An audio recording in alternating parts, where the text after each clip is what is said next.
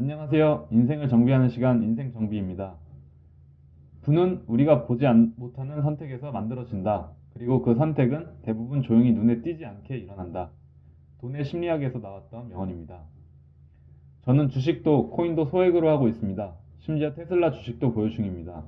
호기심과 공부 삼아 시작했고 지금도 작은 금액으로 시장을 체험하고 있습니다. 하지만 오늘 읽은 마지막 챕터를 통해 다시 한번 깨달았습니다. 부를 만드는 길은 꼭 화려하지 않아도 된다. 내가 감당할 수 있는 방식, 내가 심리적으로 편안한 투자, 그게 결국 가장 나에게 맞는 길이라는 걸요. 스토리 20 나의 투자 이야기에서 모건 하우절이라는 작가가 아닌 한 사람의 투자자로서 자신의 경험을 솔직히 꺼내놓은 이야기입니다. 그는 이렇게 말합니다. 나는 시장을 이기려고 하지 않습니다. 나는 지루할 만큼 단순한 전략을 반복합니다. 이 문장을 읽으면서 오히려 위로를 받았습니다. 나는 테슬라, 코인 이런 것을 조금씩 하고 있지만 내가 지금 걷고 있는 길에 대해 나만의 기준과 생각을 가져야겠다는 다짐이 들었습니다. 이 사람의 말처럼 화려하지 않아도 조용하고 단순해도 부는 그렇게 쌓일 수 있다는 걸 오늘 이 마지막 장에 확인할 수 있었습니다. 마지막 장의 책을 마저 읽어보겠습니다. 계층의 균등화는 생활 양식의 균등화를 의미했다. 보통 사람들은 쉐보레를 몰았다. 부유한 사람들은 캐딜락을 몰았다.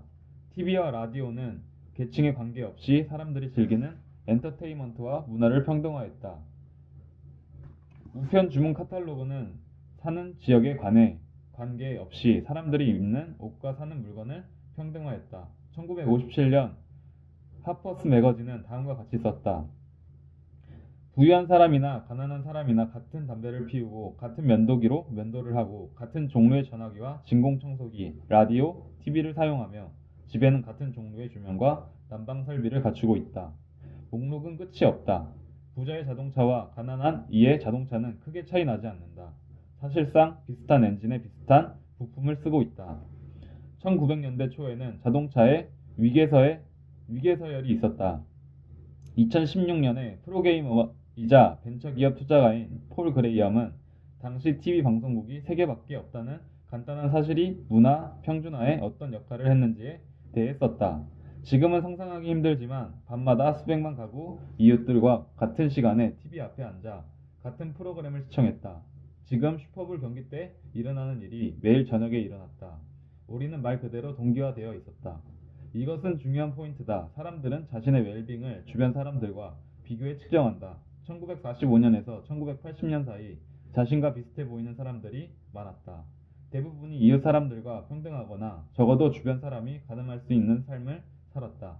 사람들의 삶이 소득만큼이나 평등화되었다는 점은 이 이야기의 중요한 부분으로 나중에 다시 언급할 것이다. 부채가 어마어마하게 늘어났다. 그러나 소득도 크게 증가했으므로 충격은 크지 않았다. 1947년에서 1957년 사이 가계부채는 5배가 늘어났다. 새로운 소비 문화와 부채 상품, 정부 보조금, 연방준비제도가 낮게 유지한 금리 등이 복합적으로 작용했다. 그러나 이 기간 소득이 워낙 크게 증가했기 때문에 가계에 미친 영향은 심각하지 않았다. 그리고 처음부터 전후 가계부채가 워낙 낮았다. 대공황이 가계부채의 많은 부분을 없애버렸고 전쟁 기간에 가계 지출이 워낙 줄어들어 있던 터라 누적 부채는 제한적이었다. 그래서 1947년에서 1957년 사이 가계소득 대비 부채 비율은 감당할 만한 수준이었다. 오늘날 가계소득 대비 부채 비율은 100%를 넘는다. 1950년대, 1960년대, 1970년대에는 이 비율이 계속 상승해도 60% 이하였다. 이런 부채 붐을 주도한 것은 주택 소유 급증이었다. 1900년에 주택 소유율은 47%였다. 이후 40년간 비슷한 수준이었다가 1945년에는 53%, 1970년에는 62%가 되었다. 이제는 영국의 많은 비율이 이전 세대는 이용할 수 없었던 부채를 사용하고 있었다. 그리고 대체로 그 점에 불만이 없었다. 저널리스트 데이비드 헬버스템은 1950년대에서 다음과 같이 쓰고 있었다. 사람들은 자기 자신에 대해 그리고 자신의 미래에 대해 자신이 있었다. 더 힘든 시기에 성장한 사람들이 보기에는 충격적일 정도였다. 이들은 부모만큼 빛을 두려워하지 않았다. 이들은 소득이나 소유 측면만이 아니라 미래가 이미 도착했다고 믿는 점에서 부모들과는 달랐다. 가족 최초로 집을 소유한 이들은 흥분과 자부심을 느꼈고 가게로 가서 가구와 가전제품을 샀다. 다른 때라면 젊은 부부가 첫 자녀의 옷을 살 때나 보였을 법한 감정들을 내비쳤다. 집을 샀다는 성취감이 너무나 큰 나머지 그 집에 넣을 물건이라면 못 살 것이 없어 보였다. 이제 점점 중요해지는 몇 가지를 서로 연결해 볼 차례다. 미국은 호황이었다. 유례 없이 다 함께 호황이었다. 부채를 통한 호황이 당시에는 큰 문제가 아니었다. 부채는 여전히 소득에 비하면 낮은 수준이었고 부채가 무서운 것이 아니라는 문화가 있었다. 균열이 시작되었다.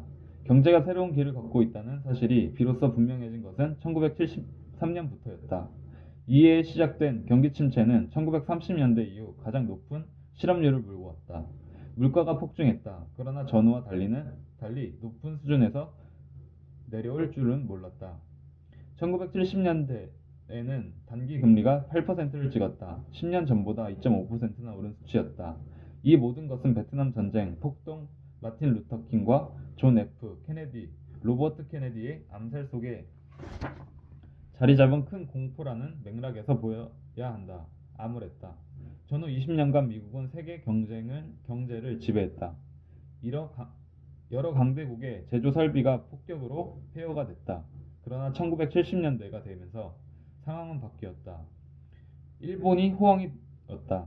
중국 경제가 일어나고 있었다. 중동은 산유국으로서 힘을 과시하고 있었다.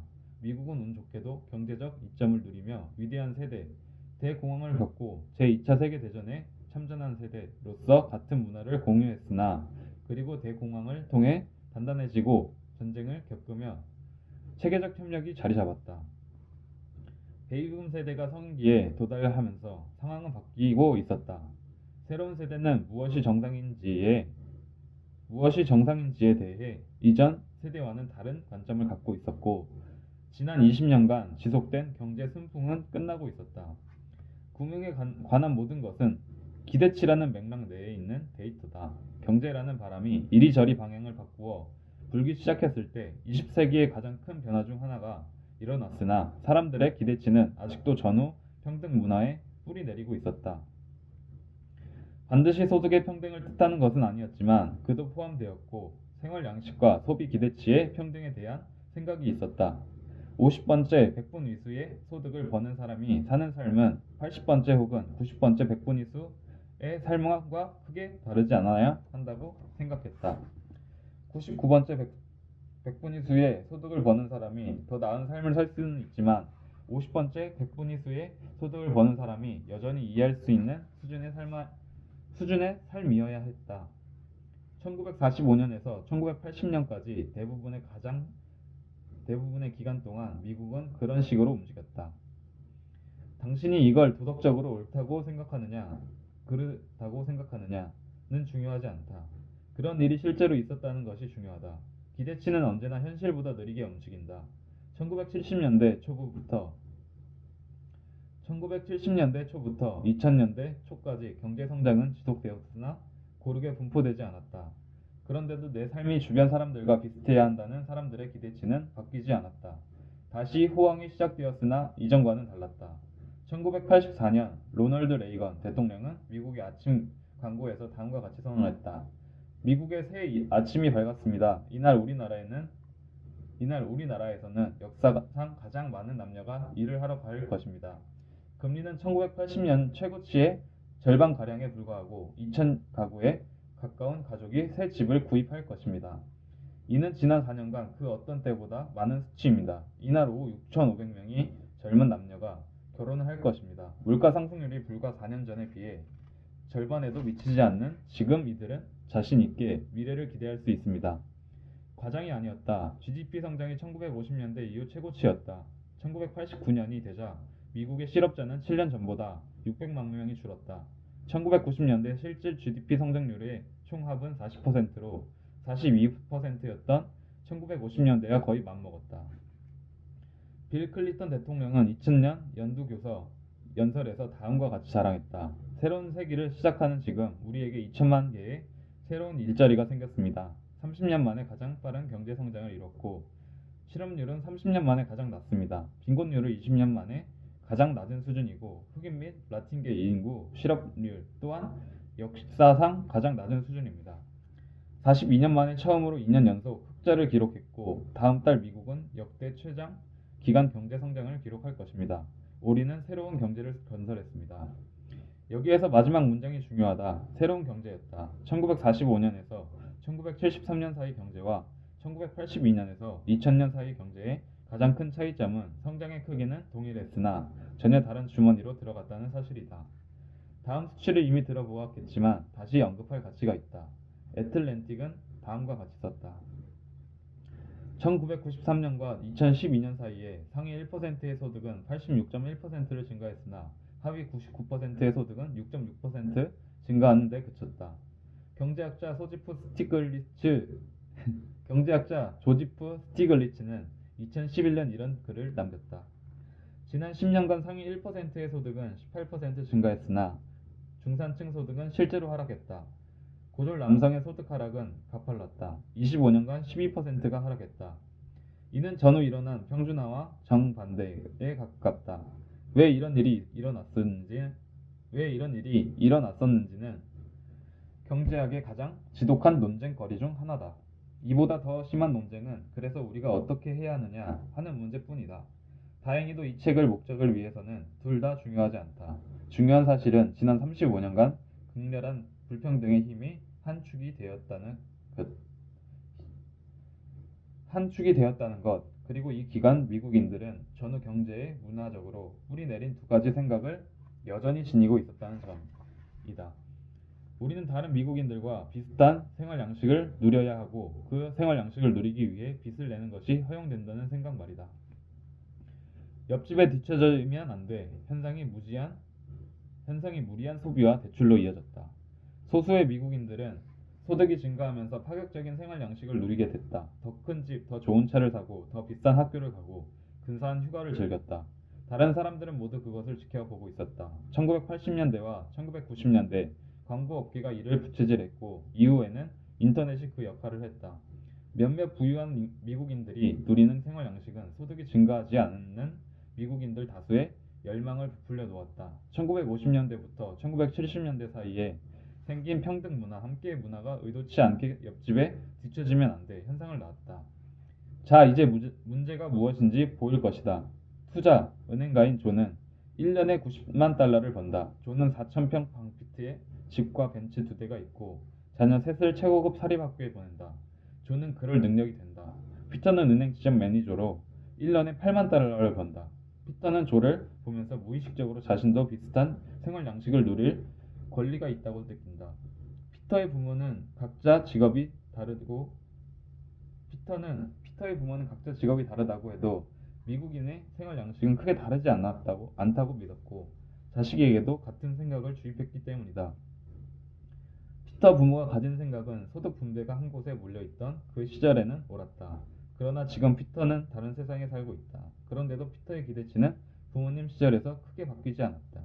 현실은 바뀌었는데 말이다. 그러면 피터는 어떻게 해야 할까? 피터는 어마어마한 금액의 대출을 받는다. 카드빚이 45,000달러다. 차 2대를 리스한다. 자녀들은 무거운 학자금 대출을 빚지 않고 졸업할 것이다. 피터는 조가 하는 일을 할 형편이 안 된다. 그럼에도 불구하고 피터는 조와 똑같은 생활 양식을 누리기 위해 무리를 한다. 엄청난 무리다. 1930년대 사람들에게는 이런 것이 황당하게 보이겠지만 전후 75년 동안 미국인은 가계빚을 받아들이는 문화를 키워왔다. 임금의 중앙값이 변하지 않는 동안 미국 신규 주택가격의 중앙값은 50%가 커졌다. 평균적인 미국의 신규 주택은 이제 입주자 수보다 많은 욕실을 보유하고 있다. 4개 이상의 욕실을 가진 주택이 절반 가까이 된다. 1983년에는 18%였다. 1975년부터 2003년 사이에 물가 상승률을 감안한 자동차 할부 대출 금액 평균은 12,300달러에서 27,900달러로 2배 이상 뛰었다. 대학 등록금과 학자금 대출이 어떻게 되었는지는 잘 알 것이다. 가계소득 대비 부채 비율은 1963년에서 1973년 사이까지 엇비슷한 수준을 유지했다. 그러던 것이 오르고 또 올라서 1973년 60%였던 것이 2007년에는 130%를 넘었다. 1980년대 초부터 2020년까지 금리는 크게 하락했으나 소득 중 대출금 상환에 들어가는 돈의 비율은 오히려 상승했다. 소득이 낮은 집단일수록 이 비율은 더 크다. 부채 및 리스 상환에 쓰는 돈이 소득 최상위 집단의 경우에는 소득의 8% 남짓이지만 소득 순위 50번째 분위의 100분위 이하 사람들에게는 21%가 넘는다. 지금의 부채 상승과 1950년대, 1960년대의 부채 상승 사이의 차이는 지금의 시작점이 더 높다는 점이다. 경제학자 하이먼 민스키는 부채 위기의 시작을 이렇게 설명했다. 사람들이 내가 이자를 지불할 수 있는 금액보다 더 큰 빚을 내는 순간이다. 고통스럽고 안타까운 순간이다. 이는 마치 만화 캐릭터 와일 이 코요테가 아래를 내려다보다가 큰일 났다는 사실을 깨닫고 낭떠러지로 추락하는 것과 같다. 바로 그런 일이 2008년에 일어났다.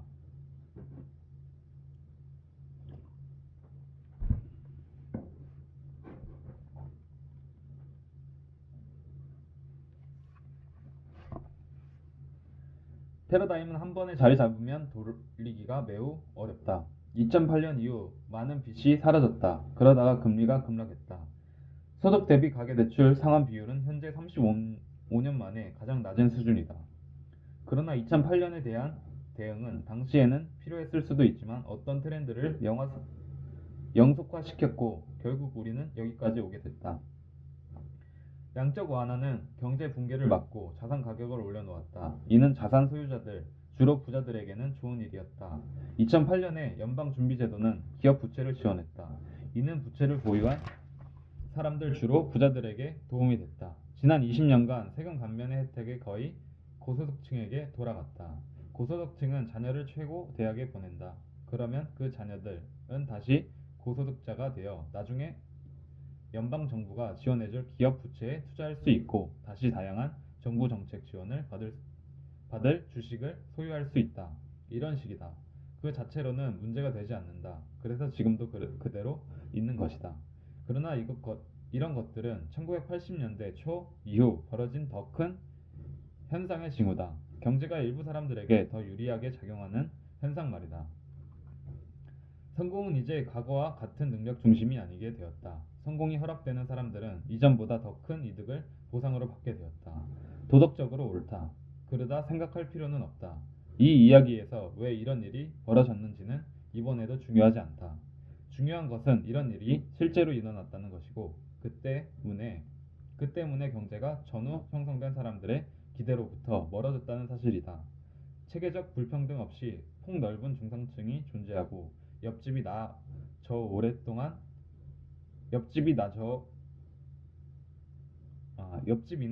저 아랫동네 집이나 이웃들은 나와 상당히 유사한 삶을 살고 있다는 기대 말이다. 현실로부터 멀어지고 나서도 이런 기대가 35년간이나 지속되는 이유는 뭘까? 이 기대가 충족될 경우 대단히 많은 사람들이 행복할 것이기 때문이다. 이 정도로 기쁘고 좋은 일은 쉽게 놓기가 힘들다. 사람들은 아직 이 기대를 놓아주지 못했다. 사람들은 이 기대를 다시 돌려받고 싶어 했다. 사람들은 그만둬. 나에게 불리하잖아. 라고 소리치기 시작했다. 티파티 운동, 월스트리트를 점령하라, 운동, 브렉시트, 도널드 트럼프의 공통점이 있다. 각각 그만 멈춰. 난 내리고 싶어. 라고 소리치는 집단을 대변하는 점이다. 이들이 외치는 내용은 모두 다르다. 하지만 소리를 지르는 이유는 적어도 그 일부는 비슷하다. 상황이 모든 사람에게 엇비슷하게 작용해야 한다는 기대치에서 볼 때 자신들에게 불리한 것이 있기 때문이다. 트럼프의 부상을 소득 불평등하고만 연결시키는 것을 비웃어도 좋다. 당연히 그래야 한다. 언제나 이런 것들은 복합적이고 다층적이다. 하지만 중요한 것은 사람들이 내가 기대했던 세상에 살고 있지 않아. 그래서 화가 나. 다 망해버리라고 해. 너도 망해버려. 나는 다른 것을 위해 싸울 거야. 왜냐하면 이건 뭐가 됐든 간에 잘못되어 가고 있으니까 라고 생각하게 만드는 동인이 무엇인가 하는 점이다.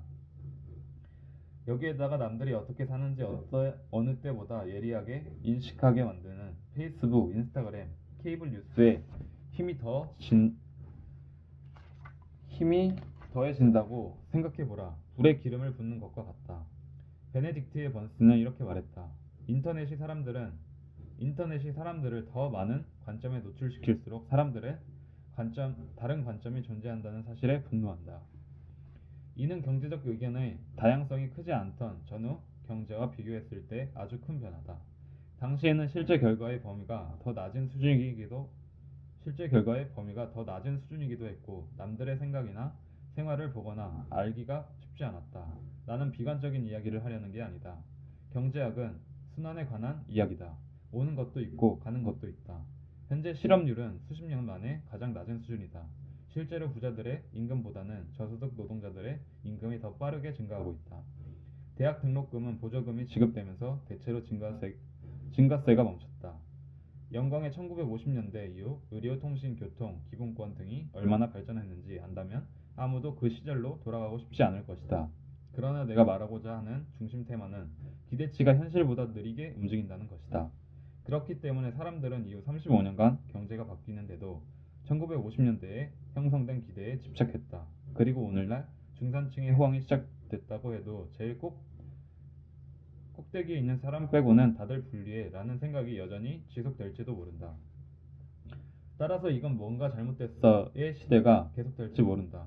그리고 우리는 뭐가 됐든 근본적으로 새로운 것이 지금 당장 필요해 라는 시대로 계속될지 모른다. 어찌 보면 바로 이런 것들 때문에 제2차 세계대전을 야기한 듯한 사건들이 촉발되기도 했을 것이다. 역사란 지독한 것 다음에 또 지독한 것이 오는 것이니까 말이다. 나의 아이들에게 보내는 금융조언. 사랑하는 나의 아이들에게 언젠가는 너희들도 금융에 대해 배워야 할 때가 올 것이다. 그때 너희들을 위해 나는 다음과 같은 이야기를 들려주고 싶구나.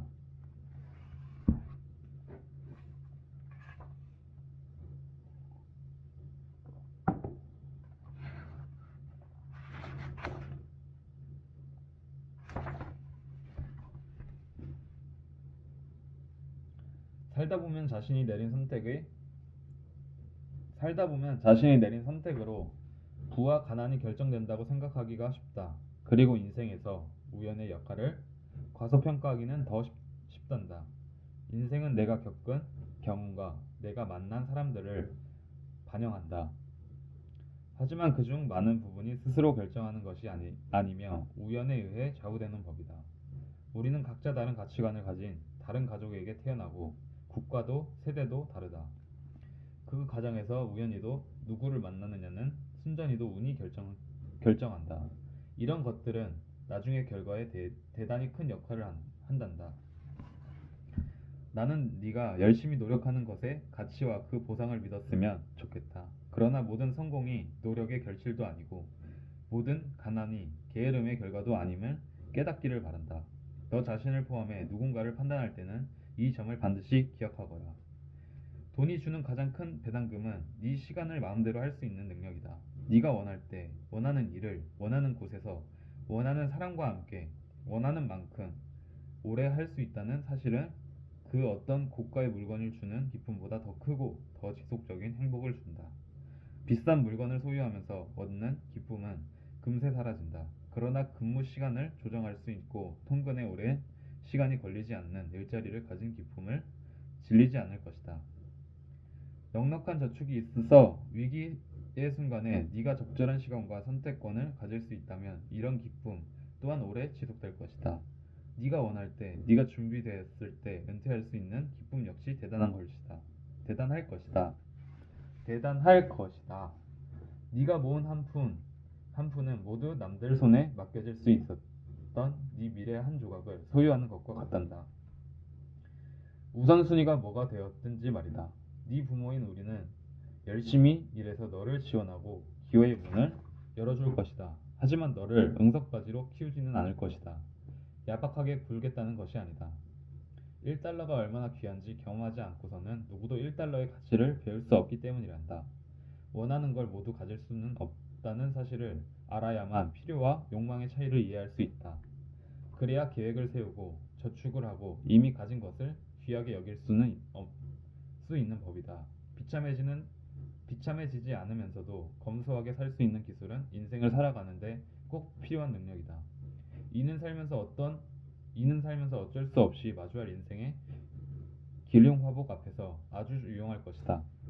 나폴레옹은 전쟁의 천재란 주변 사람들이 모두 미쳐갈 때 평범한 것을 할 수 있는 사람이라고 했다. 돈 관리도 이와 같단다. 대단한 일을 하지 않아도 괜찮은 결과를 얻을 수 있다. 오랫동안 꾸준히 망치지만 않는다면 말이다. 엄청난 실수. 가장 큰 실수는 빚더미에 파묻히는 것이다. 만 피해라. 이것이 그 어떤 조언보다 힘이 될 것이다. 더 적은 것을 가지고 사는 법을 배워라. 이런 삶의 방식은 경제적으로 가장 큰 힘이 되는 지렛대가 될 것이다. 이것은 너의 소득이나 투자 수익률보다 네가 통제하기 쉬운 부분이기 때문이다. 5만 달러를 벌지만 4만 달러만 갖고도 행복한 사람은 15만 달러를 벌면서 15만 1000달러가 있어야 행복한 사람보다 더 부자다. 수익률이 5%여도 지출이 적은 투자자라는 연간 7%의 수익률을 올려도 마지막 한 푼까지 다 써야 하는 투자자보다 더 넉넉할지 모른다. 네가 얼마를 갖느냐를 결정하지는 않는다. 네가 얼마를 가졌느냐가 네가 얼마를 필요로 하느냐를 결정하지도 않는다. 필요하다면 중간에 마음을 바꿔도 괜찮다. 18살에 인생을 모두 파악하는 사람은 거의 없다. 그러니 네가 고른 전공이 나중에 즐겁지 않아도 되고 네가 딴 학위가 열정을 느끼는 분야가 아니어도 된다. 어떤 작업을 가지고 있다가 다른 일을 하고 싶어져도 괜찮다. 가치관과 목표가 조금씩 바뀌었노라고 인정하는 것도 좋다. 마음을 바꾼 네 자신을 용서하는 것은 대단한 능력이다. 특히나 젊은 시절에는 말이다. 모든 것에는 대가가 있다. 단순히 가격표를 이야기하는 것이 아니다. 바쁜 직업의 대가는 가족, 친구와 떨어져 보내는 시간이다. 장기적인 시장 수익률의 대가는 불확실성과 변동성이다. 자녀를 응석바지로 키우는 대가는 온실 속 화초 같은 삶이다. 가치 있는 모든 것에는 대가가 있고 대가의 대부분이 쉽게 드러나지 않는다.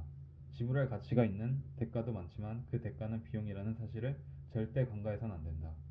이 점을 받아들이면 시간, 인간관계, 자율성, 창의성을 현금만큼이나 귀중한 화폐로 보게 될 것이다. 진정한 성공은 나를 사랑해줬으면 하는 사람이 나를 사랑하는 것이다. 그리고 사랑을 얻는데 압도적으로 큰 영향을 주는 것은 순자산의 수준이 아니라 네가 사람들을 어떻게 대하느냐이다. 내가 줄 수 있는 가장 중요한 금융조언은 너나 대부분의 사람이 진심으로 원하는 것은 돈이 가져다 주지 않는다는 사실이다. 너의 세상은 나의 세상과는 다를 것이다. 내 세상이 내 부모님의 세상과 다른 것처럼 말이다. 그러니 이 조언들을 받아들이지 않아도 괜찮다. 사람은 모두 다르다. 정답을 다 가진 사람은 아무도 없다. 누구의 조언이라 해도 너만의 가치관, 목표, 환경을 고려해서 받아들이길 바란다. 하지만 엄마 말은 항상 잘 들어야 한다. 끝으로 엄마 아빠는 너를 사랑한다. 모건 하우전. 감사의 글. 그동안 수많은 사람들의 도움이 없었다면 이 책은 나오지 못했을 것이다. 여기에 모두 나열할 수는 없지만 특히 몇 분의 도움이 컸다. 브라이언 리처드는 그 누구보다 먼저 나의 가능성을 믿어주었다.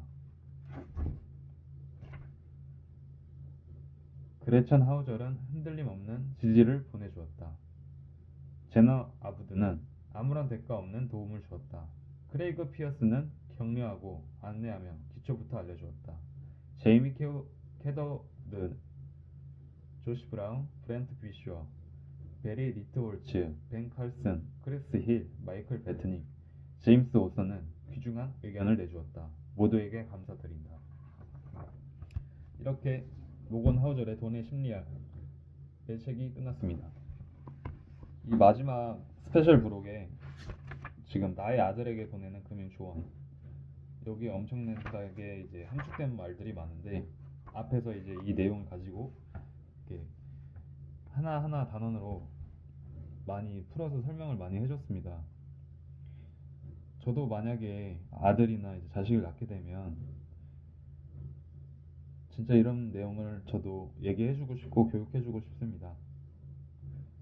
이 책을 읽으면서 많은 걸 느끼고 이제 제가 행하지 못했던 그런 결단력이 살짝 생겼고요.